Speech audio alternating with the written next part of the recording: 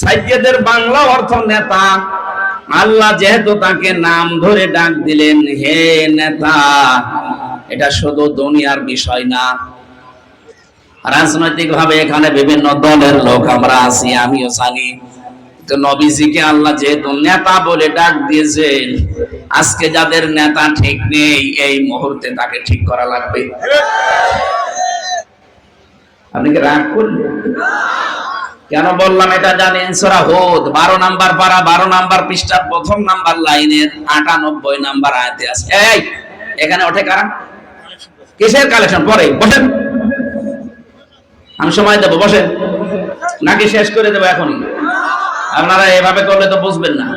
বাইরে যে বলবেন যে হ্যাঁ উনি নিয়ে আসলাম তাফসীর শোনার জন্য, রাজনীতি করলো। এটা রাজনীতি না, এটা আসল নীতি।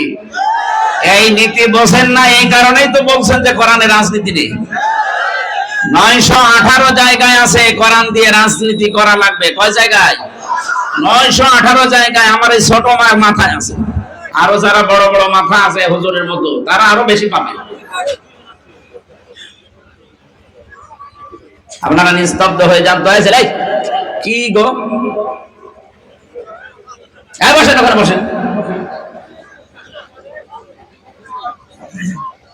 নাকি এখানে দুই দিকে দুটো পুলিশ দাঁড় করিয়ে রাখবো? আপনারা ভয় পাচ্ছেন না কেন?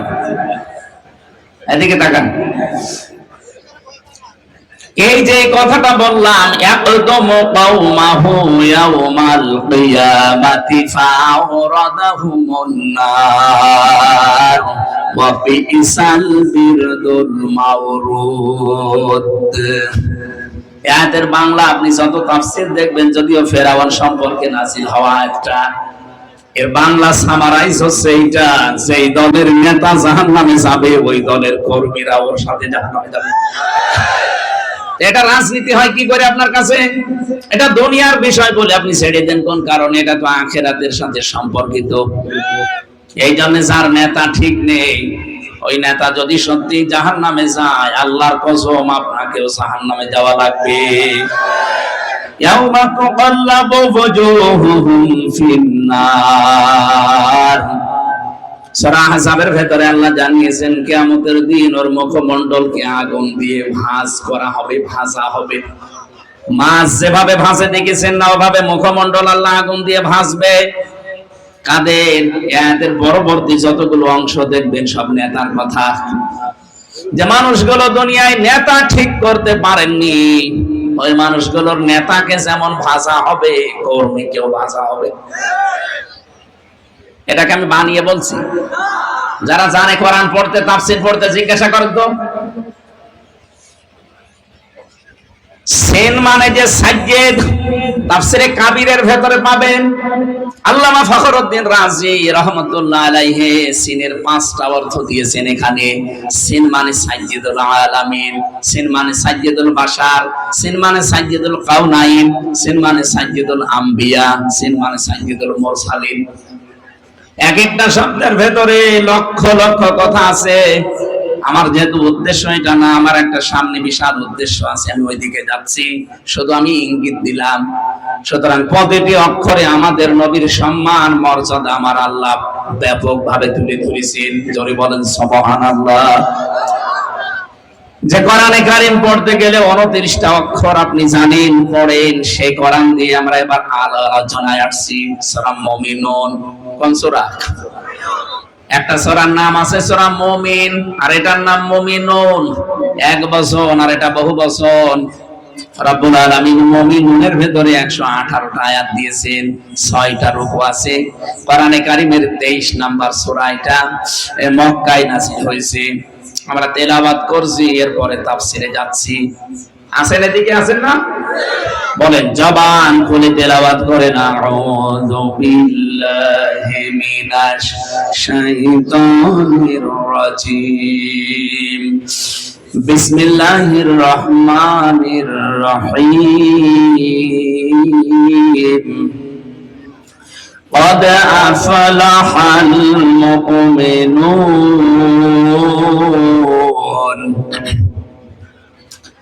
আল্লাহ পাক বলেন কদ, অবশ্যই, আফলাহা ইউফলিহু, এটা মাজি, অতীতের শব্দ। পাস্ট এটা আল্লাহ জানিয়েছেন অবশ্যই সফল হয়ে গেছে মুমিনুন, যারা মুমিন। কে বলছে? এখানে আল্লাহ নিজে শব্দ শুরু করার আগেই গ্যারান্টি দিলেন পদ। আরবি গ্রামার অনুযায়ী 13টা অক্ষর কোন শব্দ যদি কোন সেন্টেন্সের আগে আসে, বাংলা অর্থ দাঁড়ায় অবশ্যই, নিশ্চয়, হবেই হবে। তার ভেতরে কদ একটা, কদ, সিন, সাউফা, লাম, এরকম 13টা আছে। এখানে আল্লাহ কোনটা দিয়েছেন বলেন তো? এই ক্লাস চলছে, এটা বলেন। আল্লাহ গ্যারান্টি দিচ্ছেন অবশ্যই, নিশ্চয়, মাস্ট বি, হবেই হবে। সফল হয়েই গেছে, হবে না, হয়ে গেছে। আল মুমিনুন, যারা মুমিন বলে দাবি করে মানুষগুলো সফল হয়ে গেছে। এবার আসেন তো আমরা দেখি আয়াতের প্রথম অর্থ।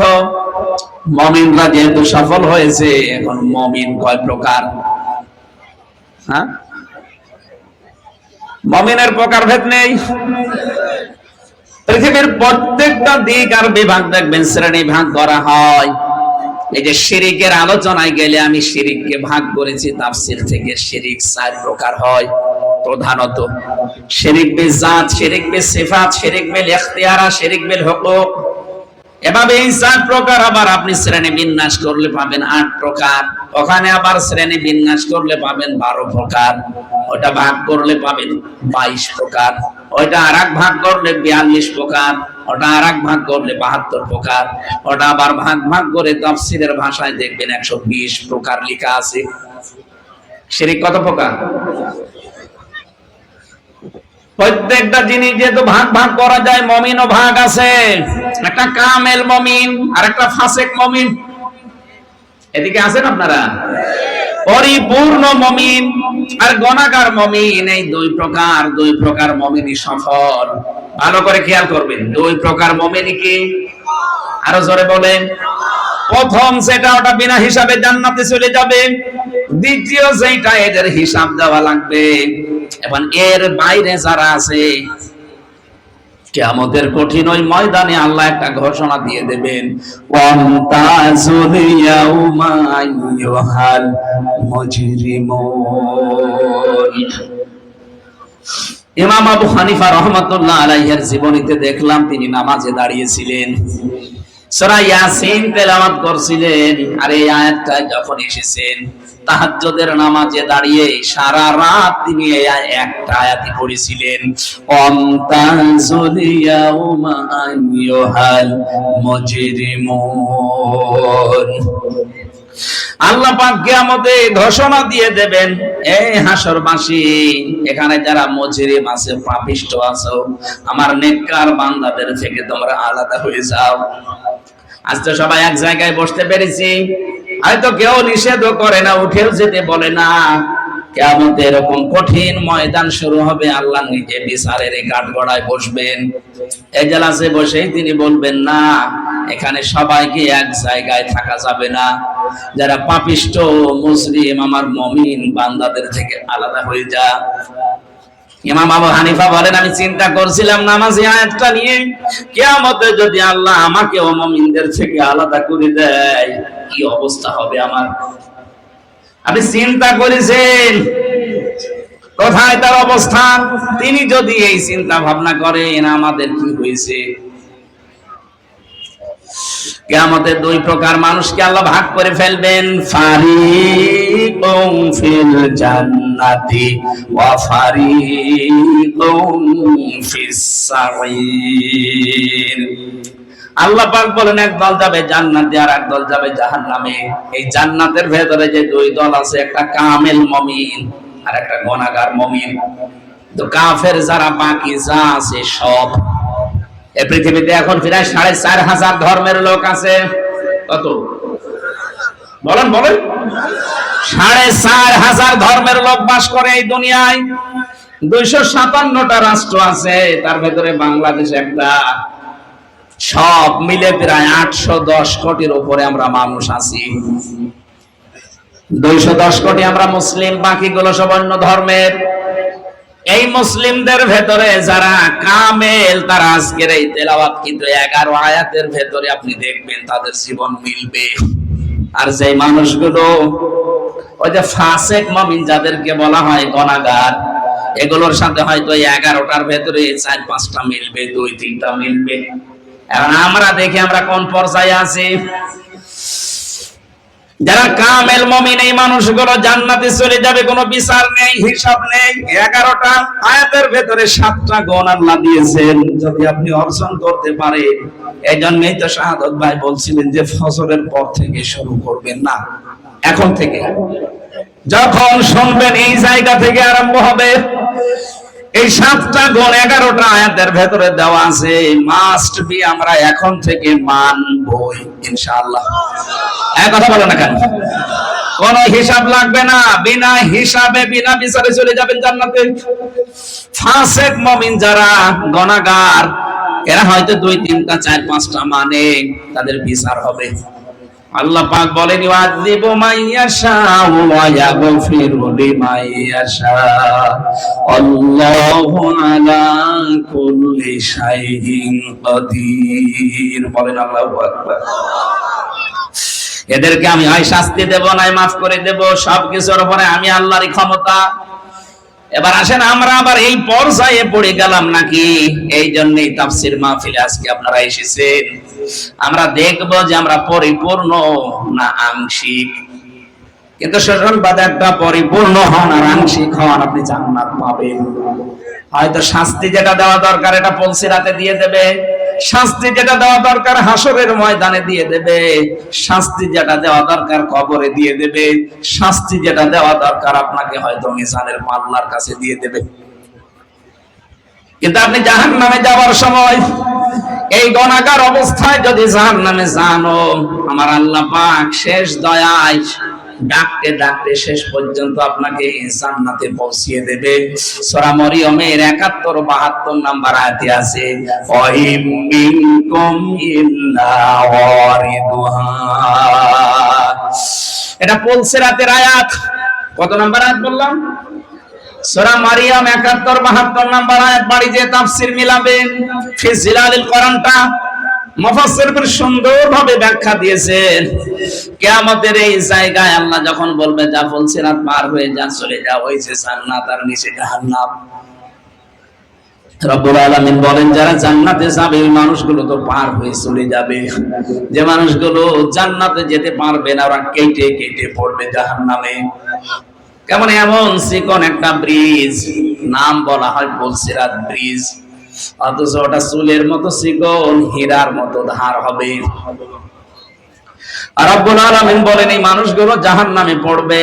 আফামান হাক্কা আলাইহি কালিমাতুল আযাব আফান্তা তুনকিযু মান ফিন্নার। এই ভালো করে খেয়াল করবেন, আমি গতানুগতিক কথা কিন্তু বলি না, যা বলি ওখান থেকে একটা শিক্ষা নিয়ে আসি। এবার ভাবেন তো কি বললাম, এটা সূরা জুমারে পাবেন 23 নাম্বার পারা 19 নাম্বার পৃষ্ঠার 12 নাম্বার লাইন, 11 নাম্বার লাইনের 20 নাম্বার আয়াতে আছে। আল্লাহ পাক বলেন আমি আফামান হাক্কা আলাইহি কালিমাতুল আযাব, বিচার ফায়সালা করে বিচার আচার করে আমি আল্লাহ যাকে আমি জাহান্নামে পাঠিয়ে দিয়েছি, হে নবী আপনি কি পারবেন ওই লোকটাকে জাহান্নাম থেকে বের করে নিয়ে আসতে? কাকে বলছেন? নবীকে। কাকে? আফা আনতা, আপনি কি পারবেন তুনকিযু মান ফিন্নার, ওই লোকটাকে আগুন থেকে বের করে নিয়ে আসতে? ইউরিদুনা ইয়াখরুজু মিনান নারি ওয়া মা হুম বিখারিজিনা মিনহা ওয়া লাহুম আযাবুম মুকিম। সূরা মায়েদা 6 নাম্বার পারার 13 নাম্বার পৃষ্ঠার প্রথম নাম্বার লাইনে 37 নাম্বার আয়াতের প্রথম অংশে আছে। আল্লাহ বলেন ওরা চাইবে বের হতে জাহান্নামের আগুন থেকে, কিন্তু আমি ওদেরকে ফিরিয়ে দেব। কে বলছেন? বলেন বলেন। তাহলে এই দেশে একটা কথা আমরা প্রচার করে রেখেছি যে যা করো করো, অসুবিধা নেই, কালেমা যখন একবার পড়েছো জান্নাত একদিন যাবাই। এই আয়াতে এই হাদিসের কথা মানুষ অনেক উদ্বুদ্ধ হয়, এজন্য অনেকেই এমন এমন কাজ করে, শেষে দেখা যায় ঈমানই নেই। কথাগুলো বুঝতেছেন? আপনি জাহান্নামে গেলেন, 10 বছর 50 বছর পরে বের হয়ে চলে আসলেন, আমার কোনো লাভও নেই, ক্ষতিও নেই, আছে? এই কথা বলেননি না? আমি আবার বলছি, আপনি জাহান্নামে মনে করেন গেলেন, 10 বছর 20 বছর 50 বছর পরে বেরিয়ে চলে আসলেন, আমার কোনো লাভ আছে? কোনো ক্ষতি আছে? কিন্তু আপনি যদি জাহান্নামে যাবার পরে সূরা জুমারের এই 20 নম্বর আয়াত, সূরা মায়েদার 37 নম্বর আয়াত, এই আয়াতগুলো যদি আপনাকে কিয়ামতের দিন আল্লাহর বের না করে, তখন আপনার কি হবে? এবার আমার প্রশ্ন হচ্ছে, হ্যাঁ, জাহান্নাম থেকে বের হবে কারা আর হবে না কারা, এইটা আমার জানা দরকার। মান ক্বালা লা ইলাহা ইল্লাল্লাহ দাখালাল জান্নাহ, যে ব্যক্তি লা ইলাহা ইল্লাল্লাহ পড়বে সে জান্নাতে যাবে, ঠিক আছে, কিন্তু আপনাকে লা ইলাহা ইল্লাল্লাহ টিকিয়ে রাখা লাগবে না। কথা বলেন না কেন? মাছ ধরতে গেলেন আপনি, যার ভেতরে রাখবেন হাড়ি বা খালই বলে, খালই বলেন ডোলা, মাছ আপনি রাখবেন, ওর ভেতরে নিচে দেখবেন ওর ফাঁকা করা আছে, ফোঁটা ছেঁড়া, যত মাছ রাখবেন থাকবে, সারাদিন মাছ ধরে মনে করছেন পরিপূর্ণ হয়ে গেছে, বাড়ি যাওয়ার সময় দেখবেন একটাও নেই। আর তো কালেমা পড়েছেন, ঠিক আছে, কালেমা তো একটু টিকিয়ে রাখা লাগবে। কালেমা পড়ে রেখেছেন একবার, আর সারা জীবন করছেন আকাম কোকাম কালেমার বিরুদ্ধে কাজ, আপনার তো কালেমাই নেই। তাই কথা বলে না কেন? এখানে যারা ওযু করে বসে আছেন, কয়টা কারণে ওযু ভেঙে যায় বলেন তো? বলেন না কেন? এই 7 কারণের একটা কারণও যদি পাওয়া যায়, ওই ওযু আর আছে, ওই ওযু দিয়ে নামাজ পড়া যায়। কথা বলেন না কেন? মানে ভাঙা ওযু যেমন ওযু না। আপনি ঈমান ভেঙেছেন, ঈমানও কিন্তু 10টা কারণে ভেঙে যায়, ওই ভাঙা ঈমানও ঈমান না। না, আমি আবার রিপিট করছি, আমি তাফসীর থেকে নোট করে এনেছি, এবার আপনি মিলাবেন আপনার ঈমান আছে না ভেঙে গেছে। ওযু করে এসে বসে আছেন, 7 কারণের এক কারণ পেলে যদি আর ওযু না থাকে, ওই ওযু দিয়ে নামাজ পড়লেও যেমন নামাজ হয় না। আপনার ঈমান যে আছে না গেছে আপনি এখনো টের পাননি, এবার টের পাবেন। আপনি যে আশা করে বসে আছেন আমি কালেমা তো পড়েছি, জান্নাত একদিন যাবো, যাবেন, তাই ঈমানটা তো রাখা লাগবে। কয়টা কারণ বললাম? আরো জোরে বলেন। 10টা কারণে ঈমান ভেঙে যায়, নষ্ট হয়ে যায়। ওযু যেমন ভেঙে যায় 7 কারণে, ঈমান ভাঙে কয় কারণে? জবান খুলে বলেন কয় কারণে? 1 নম্বরে কেউ যদি শিরিক করে তার ঈমান ভেঙে যায়। ওয়া উহিয়া ইলাইয়া আন্না,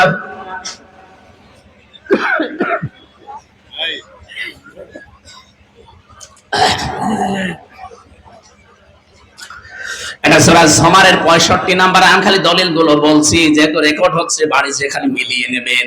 সূরা জুমারের 65 নম্বর আয়াত।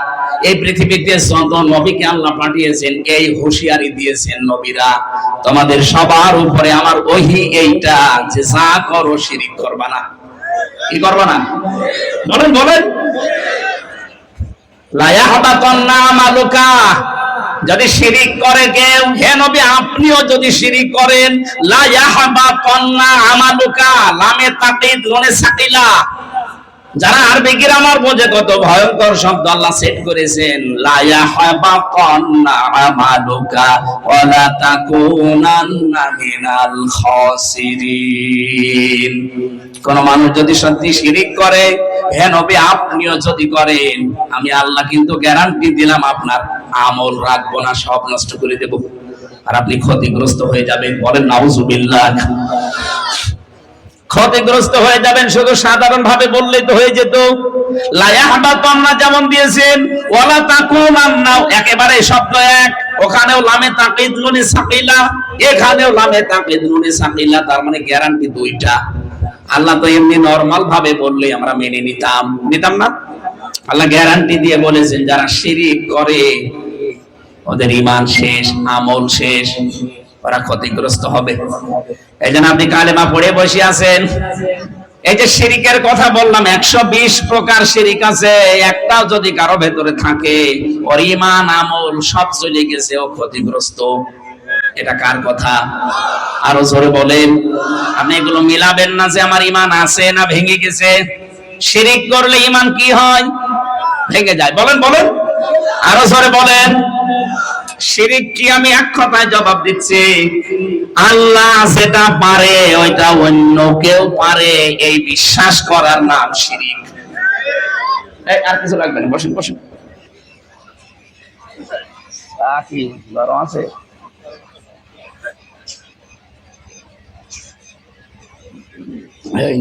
শেষ করে নষ্ট হয়ে যাবে। আর কিছু লাগবে না ভাই, কিছু লাগলে আমি চেয়ে নেব। বসেন, এখানে বসেন। আপনাকে কিন্তু শেষে আমি জিজ্ঞাসা করবো, পুলিশ না, গ্রাম পুলিশ। দাদা অন্তত ঈমান ভাঙার 10টা কারণ যদি আপনি বলতে না পারেন, আপনার আজ খবর আছে। ফটিক ছড়ি বাঁশি, যেটা ঈমান ভাঙার কারণের কথা বলছিলাম, প্রথমে শিরিক করলে ঈমান ভেঙে যায়। আল্লাহ যেটা পারে ওইটা অন্য কেউ পারে, এ বিশ্বাস করার নাম কি? বলেন তো, দুনিয়া চালাতে পারে কে? নাকি আমিও পারি? তাহলে আল্লাহর এই দুনিয়ায় আল্লাহর পাঠানো আইন বাদ দিয়ে যারা অন্য কারো আইন এখানে দাঁড় করাতে চান, বিজয় করতে চান, তাদের ঈমান ভেঙে গেছে। এটা সত্যি করে বলেন তো, বুঝেছেন কারা? না না না, আপনি আন্দাজে হাত তুলবেন না। আমি জানি আপনারা বুঝেছেন, কিন্তু না বোঝার ভান করি আছে। ইনিল হুকমু ইল্লা লিল্লাহ সূরা ইউসুফের 40 নম্বর আয়াতের মাঝের অংশে আছে, আলা লাহুল খালকু ওয়াল আমরু। সূরা আরাফের 154 নম্বর আয়াতের মাঝের অংশে আছে। এরকম 918 জায়গায় পাবেন, ডাইরেক্ট ইনডাইরেক্ট মিলে। কত জায়গায়? এই সবগুলো আয়াতের সামারাইজ একই। আল্লাহ পাক বলেন, সৃষ্টি আমার, বিধানও আমার চলবে। সুতরাং এই দেশে আমরা যারা নিজেদেরকে মনে করি আমার ঈমান আছে, কই আমি তো দেখি না। আপনার ঈমান যে কখন ভেঙে গেছে আপনি নিজেও টের পাননি। বায়ু বের হলে যেমন ওযু ভেঙে যায়, অনেকে মনে করে না অসুবিধা নেই। এই কথা বুঝেন? আপনি ওযু করে আসলেন, বায়ু বের হয়ে গেছে, এখন যদি মনে করেন না অতটুকু আর কি, অসুবিধা নেই, অতটুকু আর আমার ওযু ভাঙবে না। আপনি এখানে আল্লাহর পাঠানো আইন বাদ দিয়ে অন্য কারো আইন এখানে দাঁড় করাতে চান, বিজয় করতে চান, কায়েম করতে চান, আপনি বিশ্বাস করেন আপনার ঈমান ভেঙে গেছে। এই হিসাবে বলেন তো, এই দেশে 96% মুসলমান ঈমানদার, এটা কি এখন আর বলা যাচ্ছে? 51% তো মেলে না। কথা বলেন না কেন? প্রথম পয়েন্ট অনুযায়ী 51% মিলছে না। আমি একটা গল্প শুনেছিলাম যে এক রিকশা চালক বহু কষ্ট করে 1 কেজি মাংস কিনেছে খাসির। বাড়িতে স্ত্রীকে বলছে, সুন্দর করে রান্না করো, আমি গোসল করে আসি। বউ চিন্তা করে, দেখি কেমন হয়েছে। স্বাদ চাকতে চাকতে, মজা নিতে নিতে ছাতা সবই শেষ হয়ে গেছে। যখন গোসল করে এসেছে, চিন্তা করছে আমি কি দেবো এখন,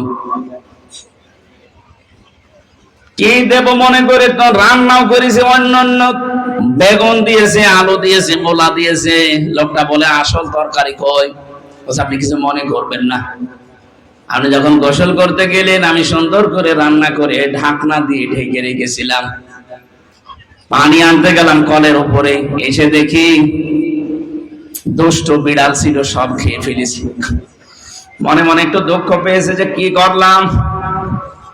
খাওয়া দাওয়া মোলা দিয়ে আলু দিয়ে করেছে, পাশে দেখে সেই বিড়াল চেপে ধরেছে, 4 হাত পা টাইট করে বেঁধেছে। ডাক দিয়ে বলে, বউ দাড়ি পাল্লা নিয়ে আস। দাড়ি পাল্লা এনে ওজন দিয়ে দেখে 1 কেজি।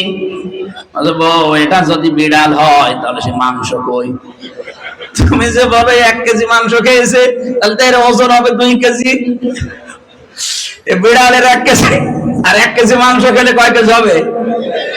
এইটা যদি মাংস হয় তাহলে সে বিড়াল কই? এই দেশে আমরা 96% মুসলমান সব জগা খেচুড়ি। কথা বলে না কেন? বদরের ময়দানের মতো 313 জন যদি দেশে তৈরি হয়, কেউ আমাদের দিকে চোখ তুলে তাকাতে পারবে না।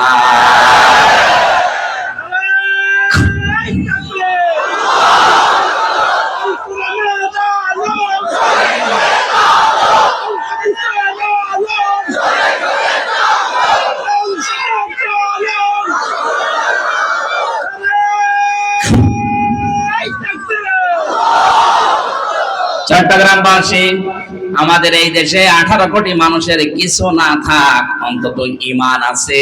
ঈমানটা যদি ওই বদরের ময়দানের মতো সাহাবীদের মতো 313 জনের মতো হয়ে যেত, এই দেশে আমার মনে হয় 54 বছর আগে ইসলাম কায়েম হয়ে যেত।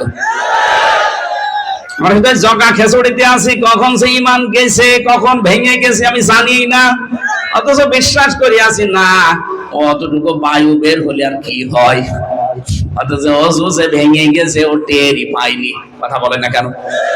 তাহলে শিরিক করলে কি ভেঙে যায়? শিরিকের এক কথায় জবাব কি? আল্লাহ যেটা পারে ওটা অন্য কেউ পারে বিশ্বাস করার নাম। আরো জোরে বলেন। আমি মাত্র একটা উদাহরণ দিলাম, আমি একটা উদাহরণ মাত্র দিয়েছি যে আল্লাহ পাক বলেন জমিন আমি বানিয়েছি, আইন চলবে আল্লাহর। এখানে আল্লাহর আইনের বিপরীতে যারা অন্য কারো আইন কায়েম করতে চান, প্রতিষ্ঠা করতে চান, আপনার কিন্তু ঈমান ভেঙে গেছে। আর আমরা চাই এরকম ঈমানদার যে যারা আল্লাহর তৈরি করা পৃথিবীতে আল্লাহর আইন দিয়ে চালাবে, এরকম ঈমানদার চাই। কথা বলে না কেন? তৈরি হচ্ছে ইনশাআল্লাহ। আগস্টের 5 তারিখের আগের জরিপ দেখবেন, এই দেশে মাত্র 100 জনের 15 জন মানুষ চাইতো যে কোরআনে কারিমের বিধান এই দেশে কায়েম হোক। কি কথা বলেন না কেন? আপনি একটু চোখ কান খোলা রেখে দেখবেন, মাত্র 100 জনের 15 জন এই দেশে মানুষ চায় যে কোরআনের বিধান কায়েম হোক। কিন্তু এই 4.5 মাসের ব্যবধানে এই জানুয়ারি মাসে জরিপ আসে, আপনি দেখবেন জানুয়ারি জরিপ গুলো ইন্টারন্যাশনাল যেগুলো জরিপ আছে, তারা এই দেশের উপরে একটা চিত্র তুলে ধরেছে যে এই দেশে এখন 100 জনের 58 জন মানুষ চাচ্ছে যে কোরআনের বিধান কায়েম হোক। 4.5 মাসের ব্যবধানে যদি এই পরিবর্তন এসে যায়, আর কিছুদিন যেতে দেন, 100 জনের 100 জন মানুষ চাইবে দেশে কোরআন কায়েম হোক। কারণ তারা টের পাচ্ছে যে কোরআনের বিধান নেই, এই কারণে চাঁদাবাজি চাই। কোরআনের বিধান নেই, এই জন্যই মেয়ে লোককে বেপরদায় চলতে দেখা যায়। কোরআনের বিধান থাকলে মুসলিম মেয়েদের আপনি বোরকা ছাড়া দেখতে পাবেন না। কথা বলেন না কেন? সাদা কিসের সাদা? আমির জামাত ডাক্তার শফিকুর রহমান হাফিজাহুল্লাহ ঘোষণা দিয়েছেন, ইসলাম যদি দেশে আসে তার পরের দিন আমরা যে কাজ করব, সাদাবাজি বন্ধ করব।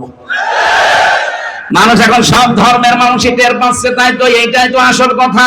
তাহলে ইসলাম এইটাই দরকার, কারণ 54 বছর আমরা দেখেছি বিভিন্ন মানুষের শাসন, সাদাবাজি বন্ধ করতে পারেনি।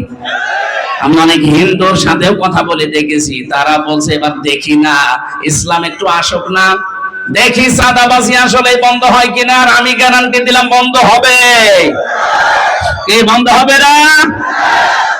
এই জন্য অনেকের মাথা খারাপ হয়ে গেছে। কিশোরগঞ্জের এক ফজু পাগলা আছে, ফজলুর রহমান ফজু পাগলা, এখন মাথা খারাপ হয়ে গেছে। ছাত্রলীগের সভাপতি ছিল আগে, নমিনেশন দেয়নি হাসিনা, এই জন্য পরিবর্তন হয়ে এসেছে অন্য এক দলে। এসে ওর মাথা খারাপ, এখন বলছে না এ দেশে ইসলামপন্থী যারা আছে ওরা 10%-এর বেশি ভোট পাবে না। আরে ভাই, 15.5 বছরে ভোট হয়েছে যে ভোট পাবে? আপনি ভোট দিয়ে দেখেন। হিন্দু পর্যন্ত এখন যা বলছে আপনি দেখছেন না, মাথা কি এমনি খারাপ হয়ে গেছে। আমি আগে পয়েন্ট গুলো শেষ করি, কথা বুঝতেছেন আপনারা?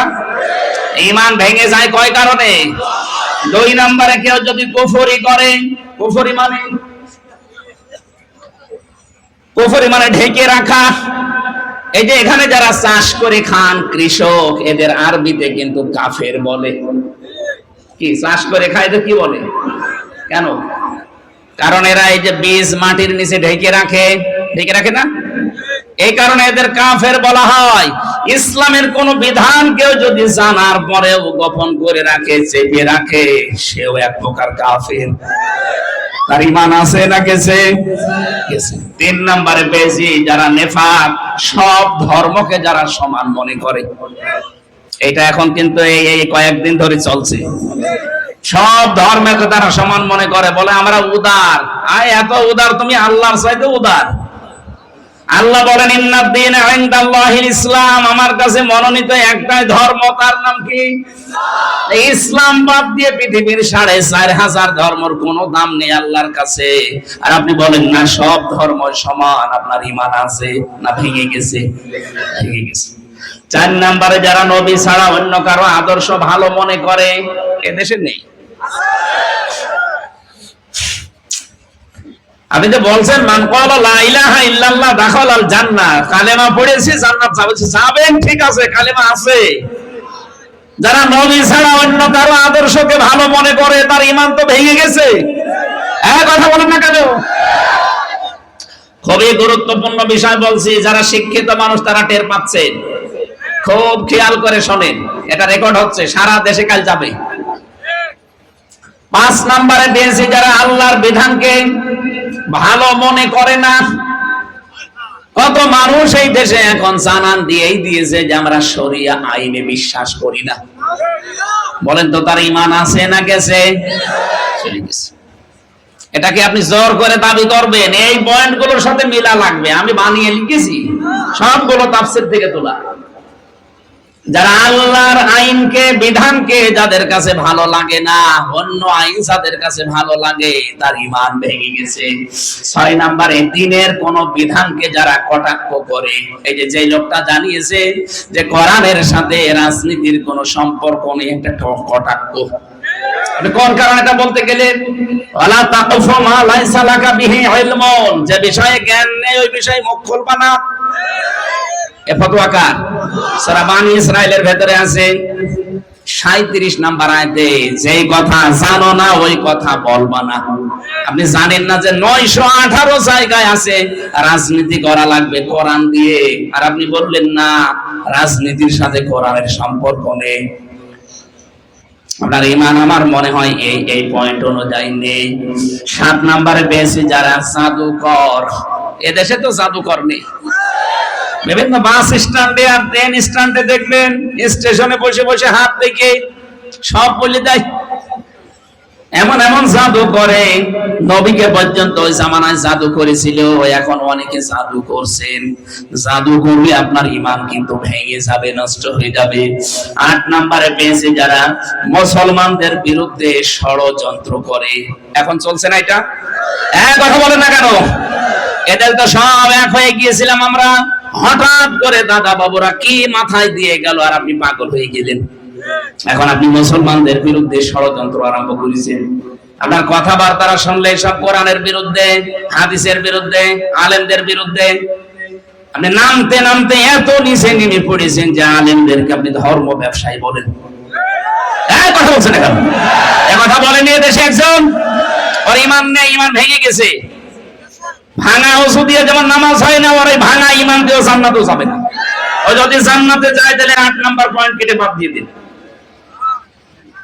যারা এই কথা বলতে পারে আলেমরা ধর্ম ব্যবসায়ী, আপনি কি এতদিন ছিলেন না তাদের সাথে? কোন কারণে এখন কথা বলছেন? আমরা জানি আপনার পেছনে কেউ নাড়াচাড়া দিচ্ছে। দাদারা এসে মনে হয় কিছু ঘোলাপালা দিয়েছে যে অসুবিধা নেই, তোরা আসবি, আমরা তোদের সাথে আছি, তোদের সাথে সম্পর্ক আবার আমাদের ওই কন্যার মতো হবে। আপনাদের সাথে কারো সম্পর্ক ভালো নেই, আমাদের সাথে ভালো হবে কি করে? আফগানিস্তানের সাথে একটা বর্ডার আছে, সম্পর্ক ভালো নেই। পাকিস্তানের সাথে বর্ডার আছে, সম্পর্ক ভালো নেই। মায়ানমারের সাথে বর্ডার আছে, ভালো নেই। চীনের সাথে বর্ডার আছে, ভালো নেই। মালদ্বীপের সাথে বর্ডার আছে, ভালো নেই। নেপালের সাথে আছে, ভালো নেই। ভুটানের সাথে আছে, ভালো নেই। এ দেশের সাথে ভালো ছিল, কন্যা ছিল, ভালো ছিল, কন্যা নেই, ভালো নেই। এখন আবার ওরা কয়েকদিন আগে এসে ঘোষণা দিয়েছে যে এই স্বাভাবিক অবস্থা আবার ফিরবে যদি নির্বাচিত সরকার ক্ষমতায় আসে তাদের সাথে। এই একটা হাওয়া লাগিয়েছে, ওরা মনে করছে কি হনরে, কি হনরে। কি আগস্টের 5 তারিখ পেয়েছেন আপনি? দিন পাল্টিয়ে গেছে। এখন এদেশের জনগণ যা চাবে তাই হবে। এক কথা বলো, কারো ইশারা এদেশে চলবে না ইনশাআল্লাহ। যদি আবার কাউকে জীবন দেওয়া লাগে, জীবন দেওয়ার মতো মানুষ কিন্তু এদেশে আছে। আপনি মনে করছেন নেই? 2732 জন মানুষ যদি জীবন দিতে পারে 24 সালে, এখনো এরকম 2732 জন রেডি হয়ে আছে। দাদাদের কোন মাতব্বরি দেশে চলবে না ইনশাআল্লাহ। কারণ এত মিথ্যা কথা বলা দাদা আমাদের দরকার নেই। আপনি মাইক্রোসফটের রিপোর্ট দেখেন, তাম দুনিয়ায় সবচাইতে বেশি মিথ্যা তথ্য পরিবেশন করে এই ইন্ডিয়া। এত তথ্য মিথ্যা দেয় পৃথিবীতে কোন রাষ্ট্র নেই, অথচ খ্রিস্টানরা এই রিপোর্ট পাঠিয়েছে। এত মিথ্যা কথা বলেন কোন কারণে? আপনারা আমাদের প্রতিবেশী না? প্রতিবেশীর সম্পর্কে এই আচরণ আপনাদের। নিজেরা ভালো থাকেন, আমাদেরকে ভালো থাকতে দেন। কতগুলো মসজিদ ভাঙলেন এই ধোয়া ধোয়া তুলে। পৃথিবীর মানুষ দেখি মাটির নিচে কেউ গ্যাস পায়, তেল পায়, সোনা পায়, আর ওই কোলাঙ্গাররা শুধু মন্দির পায়। মাটির নিচে খুঁড়লে নাকি মন্দির, তাও যেখানে সেখানে না, খালি মসজিদের নিচে। ওরা বাবরি মসজিদ ভেঙেছে এই ধোয়া ধোয়া দিলে যে এখানে মন্দির ছিল 1000 বছর আগে। কথা বলছে না কেন? গতকালকে একটা মসজিদ ভেঙেছে। যারা আল্লাহর ঘর ভেঙে চোরমার করে দিতে পারে, ওরা মুসলমানের বন্ধু হয় কি করে? ওরা সারা বিশ্বে 54 বছর মিথ্যা ছড়িয়েছে যে আমাদের দেশে সাম্প্রদায়িক সম্প্রীতি নেই, এখানে সংখ্যালঘু নির্যাতন হয়। ডাহা মিথ্যা কথা। আগস্টের 5 তারিখের পর থেকে এই দেশের সবচেয়ে বেশি নিরাপদে আছে সংখ্যালঘু লোকেরা। আমির জামাত ঘোষণা দেয়নি দেশের সংখ্যালঘু বলে কিছু নেই, মেজরিটি মাইনরিটি কিছু আছে। এদেশে যাই জন্ম নেবে সেই এদেশের বৈধ নাগরিক। কিসের সংখ্যালঘু দাবি করেন আপনি? আপনিও যা আমিও তা। এ দেশের উপর আমার যেমন আছে ধরো অধিকার আপনারও আছে। এই মিথ্যা কথাটা ওরা বিশ্বের মোড়লদেরকে শুনিয়ে শুনিয়ে আমাদেরকে দাবিয়ে রেখেছিল। এখন মোড়লরাও বিশ্বাস করে না, কারণ তারাই রিপোর্ট দিয়েছে যে ভয়েস অফ আমেরিকা, তাম দুনিয়ায় এরা বেশি মিথ্যা কথা বলে। এই জন্য আমার মনে হয় আমার সিদ্ধান্ত সরকারেরও এটা হওয়া দরকার যে দাদাদের সাথে কোনো সম্পর্ক আমাদের দরকার নেই।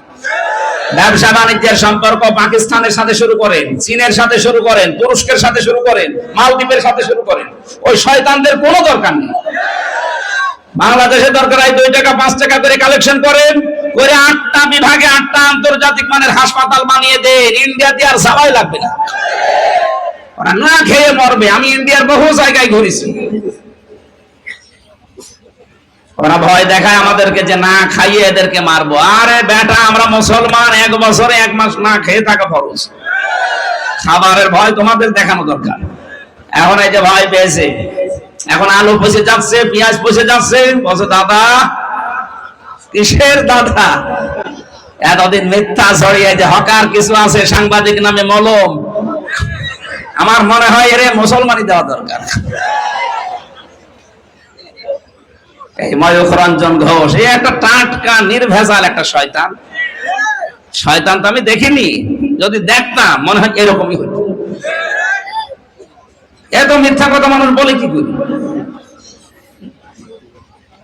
সুতরাং এদের সাথে মিলিয়ে যারা ষড়যন্ত্রে লিপ্ত আছেন এই দেশ নিয়ে, এই দেশের মুসলমান এবং আলেমদের নিয়ে, আল্লাহর কসম আপনার ঈমান ভেঙে গেছে। আমি জানি আলোচনা কালকে সারা দেশে ছড়ালে অনেকের আবার চুলকানি নতুন করে শুরু হবে। চুলকানি হলে কি দেওয়া লাগে? কি দেওয়া লাগে? মলম দেওয়া হবে ইনশাআল্লাহ। 9 নম্বরটা বলছি, কাউকে ইসলামের ঊর্ধ্বে মনে করা। এটা কি 15.5 বছরে ছিল না ছিল না? ছিল। আমি নাম নিলাম না, কেউ তার বাবাকে, কেউ তার কাউকে ঊর্ধ্বে মনে করত। আপনার ঈমান আছে, আপনি কে কি কিভাবে বলেন? আপনার ঈমান তো কখনোই ওজুর মতো বায়ু ছেড়ে শেষ হয়ে গেছে।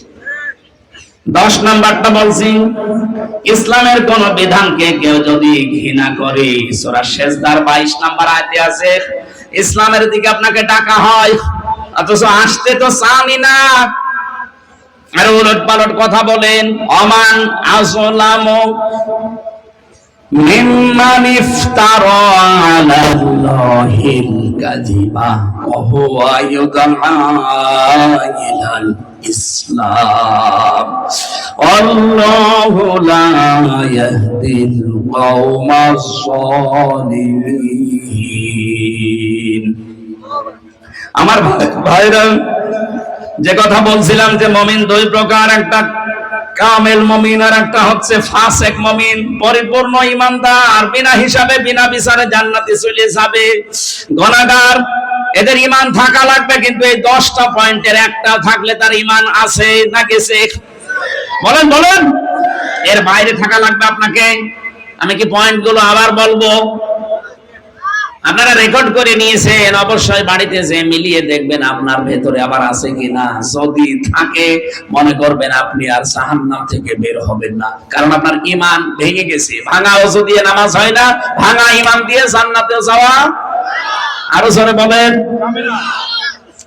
এবার সফল মুমিন যারা, তাদের পরিপূর্ণ গুণ আল্লাহ দিয়েছেন 7টা। এখানে যারা বসে আছি আমরা দেখি তো আমাদের ভেতরে কয়টা কয়টা আছে। রব্বুল আলামিন বলেন, আল্লাযীনা হুম ফি সালাতিহিম খাশিউন। ওই মুমিন সফল হয়ে গেছে যার প্রথম গুণ যে নামাজের ভেতরে বিনয়ী, নামাজের ভেতরে ভয় করে আল্লাহকে। এবং নামাজের ভেতরে বিনয়, এটা কি? এই যে খুশু খুজু বলা হয় না, নাম শোনেন খুশু খুজু? খুশু খুজু কি খাওয়া লাগে? হযরতে তালহা রাদিয়াল্লাহু তাআলা আনহু তিনি নামাজে দাঁড়িয়েছেন। খুশু খুজু কারে বলে, তার জন্য বলছি। হঠাৎ দেখলেন তার বাচ্চাটা পাশে খেলা করছিল, পাহাড়ি এলাকা থেকে একটা সাপ এসে বাচ্চাটাকে জড়িয়ে ফেলেছে। হযরতে তালহা তিনি নামাজে তেলাওয়াত করছিলেন, এর জন্য ওইদিকে ভ্রুক্ষেপ করেননি। তার স্ত্রী আশপাশ থেকে লোকজন ডাক দিয়ে সাপটাকে মেরে বাচ্চাটাকে বিপদ মুক্ত করে বসে আছে। হযরতে তালহা নামাজ শেষ করার পরে ডাক দিলেন, স্ত্রী এতগুলো মানুষ বাড়ির ভেতরে কি করে? হযরতে তালহার স্ত্রী বলে, স্বামী আমার, আপনি যখন নামাজে দাঁড়িয়েছিলেন বাচ্চাটাকে সাপে জড়িয়ে ফেলেছিল।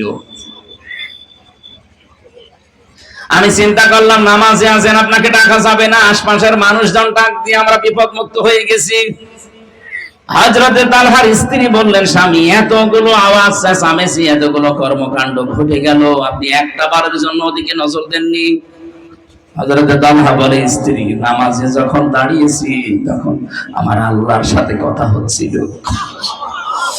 আমি নামাজে দাঁড়িয়ে যখনই তেলাওয়াত করি আমার আল্লাহ মনে হচ্ছে প্রতিটি আয়াতের জবাব দিচ্ছেন। আলহামদুলিল্লাহি রাব্বিল আলামিন। আমি যেন কানে শুনতে পাচ্ছি আমার মালিক আমাকে শোনাচ্ছেন, সাদাক্তা ইয়া আব্দি, আমার বান্দা সত্য বলেছে। ধরে বলে সুবহানাল্লাহ। কি নামাজে তারা দাঁড়িয়েছিলেন খুশু খুশু নিয়ে। আমার এদের তো এরকম নামাজি হয় নাকি? কত মানুষ আমরা নামাজে দাঁড়িয়ে খুশু খুশু তো দূরের কথা, একটা মশা কামড় দিলে আগে মশা মেরে তারপরে আল্লাহু আকবার বলে। নামাজের সেজদার ভেতরে যে কি মজা আছে, এটা নিরিবিলি না হলে আপনাকে বোঝানো যাবে না। আপনি নিজে বোঝ পাবেনও না। যখন লম্বা করে সেজদা দেবেন রাতের বেলা, দেখবেন একটা আলাদা প্রশান্তি আপনি পাবেন। আমি নিজে হালকা পাতলা পেয়েছি, এই জন্য আমি আপনাদের আহ্বান জানাচ্ছি। জেলখানায় তো 3টা বছর জালেমরা আমার এই কন্ডেন্স সেলের ভেতরে তালাবদ্ধ করে রেখেছিল। যেহেতু দুনিয়ার কোনো খোঁজ খবর আমি পাইনি, 24 ঘন্টা শুধু কোরআন শরীফ ছাড়া আর কোনো কিছু পড়ারও জায়গা নেই। কি পড়বেন? ওই বঙ্গবন্ধুর জীবনী দিয়ে যায়, ও ছাতা পড়ে করবো কি? বঙ্গবন্ধুর ছোটবেলায় কি করেছে, যৌবন বয়সে কি করেছে, কয় কাজে হুকু খেয়েছে, চীন সফর করেছে, কিভাবে রাষ্ট্র গঠন করেছে, শুধু এই সব। ও ছাতা পড়ে সময় নষ্ট করবে কে? বই যদি চাই ভাই একটা বই এনে দেন, বঙ্গবন্ধুর চীন সফর, এ ছাতা পড়ে করবো কেমন? একটা তাফসীর এনে দিতে পারেন না? বলে না, আমাদের আদেশে এইটা যে ফাঁসির কন্ডেম ছেলে যারা থাকবে তাদেরকে আল্লাহর ওলির জীবনী পড়াবা, ওইটা নিয়ে এসে দিচ্ছে। আমি এবারে বলেছিলাম এক কারারক্ষীরে, ভাই এগুলো না দিয়ে আপনি এই বইটা নিয়ে এসে দিতে পারেন না যে আমার ফাঁসি চাই? এই কথা বলেন মানে? ওই বইটা নিয়ে এসে দিন, আমার ফাঁসি চাই, এই বইটা নিয়ে এসে দেন। আমি মেজর ডালিম বলছি, এই বইটা নিয়ে এসে দেন। আপনি বঙ্গবন্ধুর আত্মজীবনী নিয়ে এসে দেয়। মানুষের জীবন পড়ে কোনো মানুষের জীবন পরিচ্ছন্ন হবে না, যদি হয় তাহলে মুহাম্মদ রাসূলুল্লাহটা হবে। তার জীবনে একটা মিথ্যা কথা নেই, আর আপনি যার অনুসরণ করতে বলেন ওর জীবন পুরাটাই তো মিথ্যা। রাহিকুল মাখতুম চেয়েছিলাম একদিন, যে রাহিকুল মাখতুমটা নিয়ে এসে দেন, ওইটা পড়লে আমার জ্ঞান বাড়বে। ঢোকাতে দেয় না শয়তানরা, ওখানে কোন উল্লেখযোগ্য তাফসীর একটা ঢোকাতে দেয় না। নবীজির কোন উল্লেখযোগ্য জীবনী, প্রায় 13টা জীবনী আছে ওনার, একটাও নিয়ে আসতে দেয় না। খালি ওই আল্লাহর ওলিদের কি কি করেছে ওদের এইসব। ওই চেতনাকে কাজে লাগিয়ে লাগিয়েই তো দেশটার 12টা বাজিয়েছে। আবার অনেকে এখন দেখছি ওই পুরাতন চেতনার এই ঢোল, ভাঙ্গা ঢোল আবার বাজাচ্ছে। সাবধান, এই ফ্যাসিস্টের পুরো বানানো শব্দ বাংলাদেশে উচ্চারণ করবেন না। রাজাকার, আল বদর এসব সব বাদ। এখন নতুন করে বাংলাদেশ গড়ার সময় এসেছে, কথা বলেন না কেন? আর আমার মনে হয় যারা মুরব্বী হয়ে গেছে, যারা সকালে কি বলে বিকালে কি বলে ঠিক টের পায় না, ওদের রাজনীতি থেকে বিদায় নেওয়া দরকার। রাজনীতি ওরা করে হচ্ছে ব্যবসার জন্য, ওদের আর কোন ব্যবসা নেই, বাণিজ্য নেই, রাজনীতি ওদের ব্যবসা। আশা করবো যারা এরকম ভুল ভাল বকেন চাচা এরশাদের মতো, সকালে এক কথা বিকালে আর এক কথা, এই কথা বলছে না কেন? এরকম কথা অনেকে বলছে না। আপনাদের আর রাজনীতি করার দরকার নেই, আপনারা এই মাঠ থেকে চলে যান। নতুন যারা এখন এই দেশ স্বাধীন করেছে তাদের হাতে তুলে দিন। দেশ যখন স্বাধীন করতে পেরেছে, দেশ চালাতেও পারবে। অনেকে এদের দামও দিতে চায় না। এরা কি করেছে, আপনি কি করেছেন?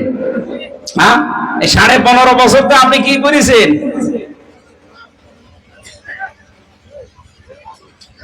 যারা করেছে তাদের মূল্যায়ন করা দরকার। এখন জুলাইয়ের শ্বেতপত্র এই যে ঘোষণা হওয়ার সময় অনেকে বাধা দিচ্ছেন। আপনি কি মানুষ? খালি ঈদের পরে ঈদের পরে ঈদের পরে করে করে 15.5 বছর জালেমদেরকে টিকিয়ে রাখলেন। আর ছোট ছোট বাচ্চারা জীবন দিয়ে দেশটা নিয়ে এসে দিল, এখন বলছে ও কি করেছে। এই শয়তানগুলোকে মুখে আমার মনে হয় কি দিয়ে মারা দরকার আল্লাহ জানে।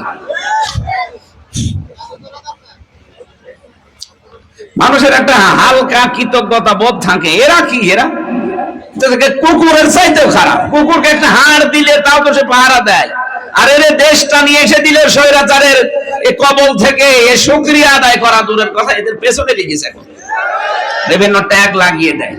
কোন ট্যাগ আর এই দেশে চলবে না ইনশাআল্লাহ। কোন চেতনার নাম নিয়ে আর সামনে আপনি আসতে পারবেন না, কারণ দেশের মানুষের কালো চশমা আর নেই। কথা বলেন না কেন? কালো চশমা আছে আমাদের এই দেশে। আমার যতটুকু বাস্তবতা দেখতে পাচ্ছি, মানুষের যে আগ্রহ, এই দেশের জাতীয় স্লোগান হওয়া দরকার নারায়ে তাকবীর। ওই জয় বাংলা বাংলা সব বাদ দেন। এই দেশে 96% মুসলমান, এখন তাকবীর হবে লিল্লাহে তাকবীর।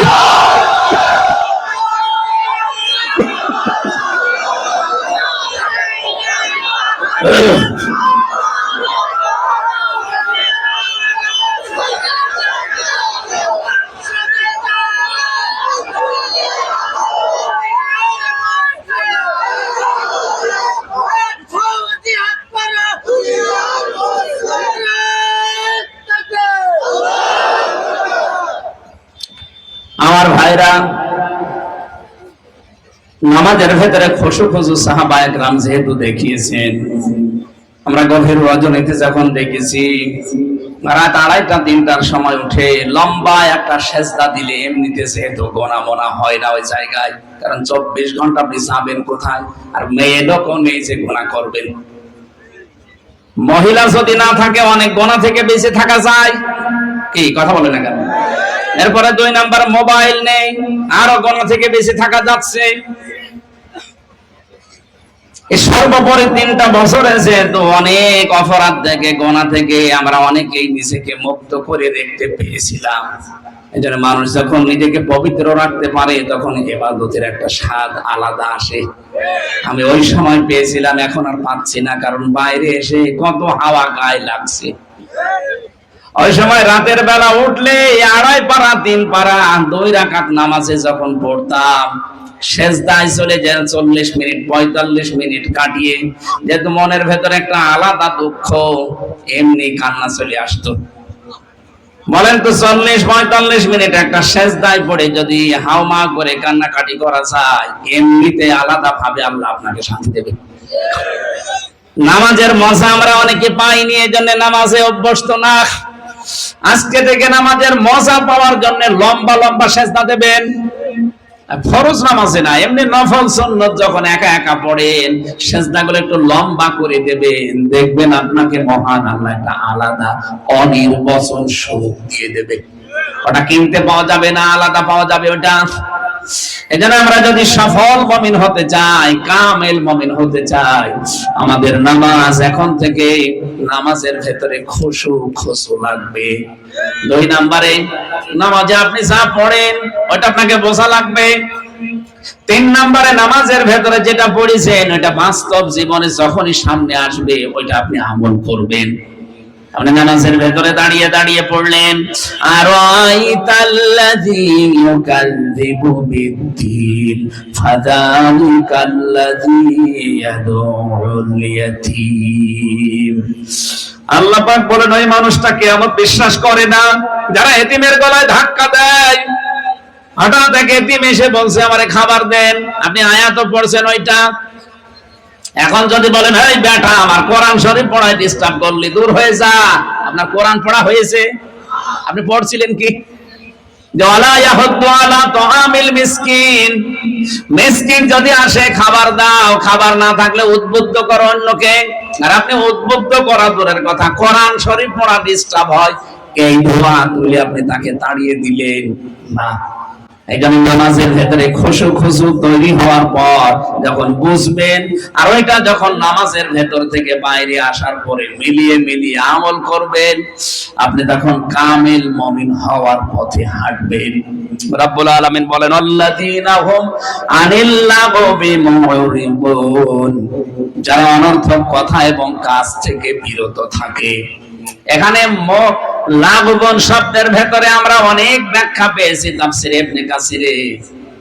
অনর্থক কোন কথা, যে কথার কোনো কাজ নেই, মানে নেই, অর্থ নেই, এরকম কথা এবং কাজ থেকে, যেটা দুনিয়া আখিরাতে কোনো উপকার হয় না, এরকম কোন কাজ থেকে নিজেকে বিরত রাখবে কামেল মুমিন। আজ বাংলাদেশে আল্লাহর আইনের বাইরে যত আইন, এটা যদি প্রতিষ্ঠা হয়ে যায়, এটা কি আসলে অনর্থক কাজের ভেতরে পড়ে না? ওটা মানুষের অধিকার আরো নষ্ট হবে। ওটা ঘোষক কবল ছিল না, আমার হাকামা বিহি আদালা, যারা কোরআনে কারীম দিয়ে বিচার ফয়সালা করবে তারা ন্যায় বিচার কায়েম করতে পারবে। সুতরাং কোরআনের আইন বাদ দিয়ে মানুষের তৈরি করা আইন যারা কায়েম করার জন্য, প্রতিষ্ঠা করার জন্য যারা চেষ্টা চালাচ্ছেন, সময় দিচ্ছেন, অর্থ দিচ্ছেন, কাজ করছেন, সবগুলো লাগবনের ভেতরে পড়বে। আপনি কামেল মুমিন হতে পারবেন না। কামেল হওয়ার জন্য অনর্থকে কাজগুলো ছেড়ে দেওয়া লাগবে। এই যে যারা সেলফি তোলেন, ছবি তোলেন, যে ছবির কোনো কাজ নেই, দুনিয়া আখিরাতে কোনো উপকার নেই, এইটাও লাগবের ভেতরে পড়বে। এই জন্য অনর্থক কিছু করা ঠিক না। আজকে থেকে যদি এরকম কোনো কাজে না আসে, এরকম ছবিও তুলবেন না। এক কথা বুঝতেছেন? আপনি আন্দাজে দাঁড়িয়ে আছে, হঠাৎ করে তোলেন কেন? আপনার ওর ভেতরে কোনো উপকার আছে দুনিয়া আখিরাতের? ওয়াল্লাযীনা হুম লিযাকাতি ফাইলুন, যারা যাকাত আদায় কর্মতৎপর। এখানে যাকাত শব্দের ব্যাখ্যা 2টা। যাকাত মানে পবিত্রতা, যাকাত মানে বৃদ্ধি করা। আপনি যাকাত দিলে আপনার সম্পদ আল্লাহ বাড়িয়ে দেবে, যাকাত দিলে আপনার সম্পদকে আল্লাহ পবিত্র করবে। পৃথিবীর এমন কোন জিনিস নেই যার যাকাত নেই। সময়েরও যাকাত আছে, শরীরের যাকাত আছে। প্রতি সপ্তাহে 2টা করে রোজা রাখা, মাসে 3টা রোজা রাখা, বছরে 1 মাস রোজা রাখা, এটা শরীরের কি? আরো জোরে বলেন। এগুলোর খবর নেই বলে আমার গ্যাস। আরে শয়তান, রোজা রাখলে গ্যাস ভালো হয়। সুতরাং যাকাত এটা আমাদের সম্পদ থেকে শুরু করে শরীর পর্যন্ত যত কিছু আছে সবগুলোর যাকাত আদায় কর্মতৎপর হওয়া। যদিও এই আয়াতটা রাষ্ট্রের সাথে সম্পর্কিত, কারণ যাকাত আদায় এটা মানুষের ওয়াজে নসিহতে কাজ হয় না, এটা আইন পাস করা লাগে। এরপরে পেয়েছি ওয়াল্লাযীনা হুম লিফুরুজিহিম হাফিজুন, যারা তাদের লজ্জা স্থানকে হেফাজত করে। আজ আমাদের বহু মানুষ উপরে ফিটফাট দেখতে মনে হয়, ভেতরে কিন্তু লজ্জাস্থান সদরঘাট হয়ে গেছে।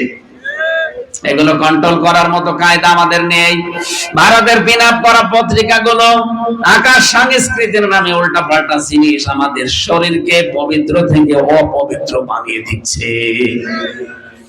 আমরা এই দেশ থেকে এই কন্টেন্ট গুলো যারা তথ্য মন্ত্রণালয়ের দায়িত্বে আছেন, এই নাহিদ ইসলাম সহ, উপদেষ্টা নাহিদ ইসলাম সহ যারা দায়িত্বে আছেন, আমরা আহ্বান জানাবো মুসলমানের দেশে অন্তত প্রকাশ্য জেনা ব্যভিচার যেগুলো আরম্ভ হয়, এই উলঙ্গপনা, এগুলো, এই কন্টেন্ট গুলো সব দূর করে দিন। আমেরিকা এই কারণেই পড়তেছে, ওদের জেনা ব্যভিচার এত বেশি হয়েছিল, এখন আগুন লেভানোর জন্য ৭০,০০০ পানির মেশিন কাজ করছে, কাজ হচ্ছে না, পানি দেয় আগুন বাড়ে। কারণ আল্লাহর সাথে পাল্লা দিয়ে পানা যাবে। আগুন এখন শুনলাম আরো অন্য প্রদেশে ছড়িয়ে পড়ছে। আমেরিকা বাংলাদেশের মতো ৫৯টা জোড়া দিলে যত বড় হবে, আমেরিকা একাই অত বড়, একটা প্রদেশ পুরা শেষ। এখন অন্য প্রদেশে আগুন ছড়াচ্ছে। আমি যতটুকু কারণ পেয়েছি কোরআন হাদিস পড়ে আমেরিকার সাথে, তার ১ নাম্বার কারণ তারা জুলুমের সমর্থনকারী, জুলুমকারী। গাজায় জুলুম হচ্ছিল, হত্যা হচ্ছিল, তারা সাহায্য করেছে। ২ নাম্বারে তারা জেনা ব্যভিচার ওপেন করে দিয়েছে। আমাদের দেশটাকে বাঁচাতে হবে, আমাদের চরিত্রের অবক্ষয়, আমাদের চরিত্র এবং আমাদের যৌনাঙ্গ হেফাজত করার জন্য অন্তত ভারত সহ আন্তর্জাতিক যত কন্টেন্ট আছে সবগুলো এই ইউটিউব থেকে আকাশ সংস্কৃতির নামে যা আছে সব দূর করা লাগবে। নাইতো এদেশেও যদি দাবানল একবার শুরু হয়ে যায়, এদেশ পোড়াতে আল্লাহর কয়েক মিনিট লাগবে মাত্র। এরপরে পেয়েছি ইল্লা আলা আযওয়াজিহিম আও মা মালাকাত আইমানুহুম ফাইন্নাহুম গায়রু মালুমিন। তবে সেই মানুষগুলো তিরস্কৃত হবে না, নিন্দনীয় হবে না, যারা নিজেদের স্ত্রীকে ব্যবহার করে আর মালিকানাধীন দাসীকে বাদ দিয়ে অন্য কাউকে কামনা করে না। যেহেতু দাসীর প্রথা এখন আমাদের দেশে নেই, আর ওটা যদি সময় আসে তখন আবার হবে। এখন শুধু স্ত্রী বাদ দিয়ে অন্য কাউকে কামনা করা হারাম। এই কথা বলেন না কেন? আমরা যদি সফল মুমিন হতে চাই, নিজের বউ বাদ দিয়ে অন্য কারোর সাথে লাইন করা। আরো আসতে বলেন, এই যে পরকীয়া প্রেমে যারা আছেন, এখনই তওবা করে বাড়ি যাবেন। না, নিজের স্ত্রী ছাড়া, নিজের স্বামী ছাড়া, জায়েজ এই 2টা জায়গা ছাড়া অন্য কোন কামনা করাই জায়েজ নেই।